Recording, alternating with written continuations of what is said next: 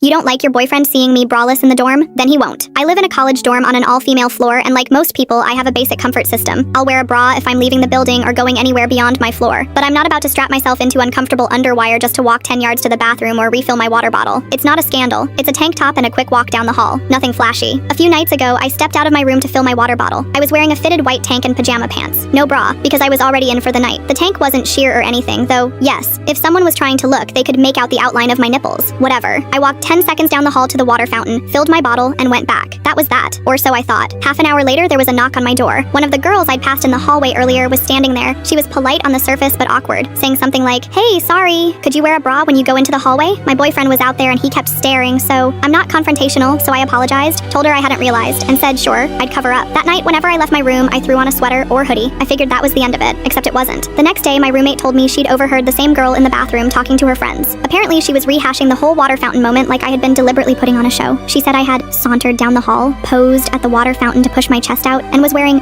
basically nothing. Then she and her friends laughed while she dramatically acted it out, right there in front of the bathroom mirror. The performance included exaggerated chest thrusts and slow-motion fountain sipping, apparently. That night, I passed the same group in the hall again, still braless because I was in pajamas and on my way to brush my teeth. She gave me that smug smirk and made a point of looking down at my chest, and suddenly the whole group burst out laughing. I didn't say anything, but I was boiling. I knew what this was now. It wasn't about her being uncomfortable. It was performative jealousy dressed up as morality, and they were trying to make me out to be the villain. But the last straw wasn't even the giggling. It was the next morning when our entire floor got an email from the RA. She said she'd received anonymous complaints about inappropriate attire in the hallway and reminded everyone to keep things modest and appropriate. The tone was general, but I knew exactly who that was aimed at. So I decided if they wanted to play petty, I could match it. See, I remembered something from our orientation weeks ago. That girl's boyfriend, he doesn't even go to school here. We'd been in the same orientation group, and I remembered her talking about how he was visiting her from another school during his gap semester. And I also knew that due to our campus's pandemic policy, off-campus guests weren't allowed in the dorms unless they were family members or registered in advance. So I went to the same anonymous complaint form she had clearly used. I reported that there had been an off-campus male guest seen regularly in the dorm halls. I added that he hadn't been wearing a mask, which was also technically against building policy, even if it wasn't strictly enforced. I didn't name her, I didn't have to. The very next day, another RA email went out. This time it was specific. Due to recent anonymous reports, they'd be enforcing the no guest policy for off-campus visitors. From now on, anyone seen entering or hanging around the halls would be required to show a student ID. No ID, you're out. It was worded carefully, but the message was clear. If your boyfriend doesn't go here, he's not allowed to hang around anymore. That afternoon, I passed her in the hallway again, braless, in a bright pink pajama top, just to make it extra clear. No boyfriend in sight. She didn't say a word this time, just gave me a quick glance and ducked into her room. If she was so worried about her boyfriend seeing the vague outline of my nipples from across the hallway, I figured I'd do her a favor. Now, he won't see them at all.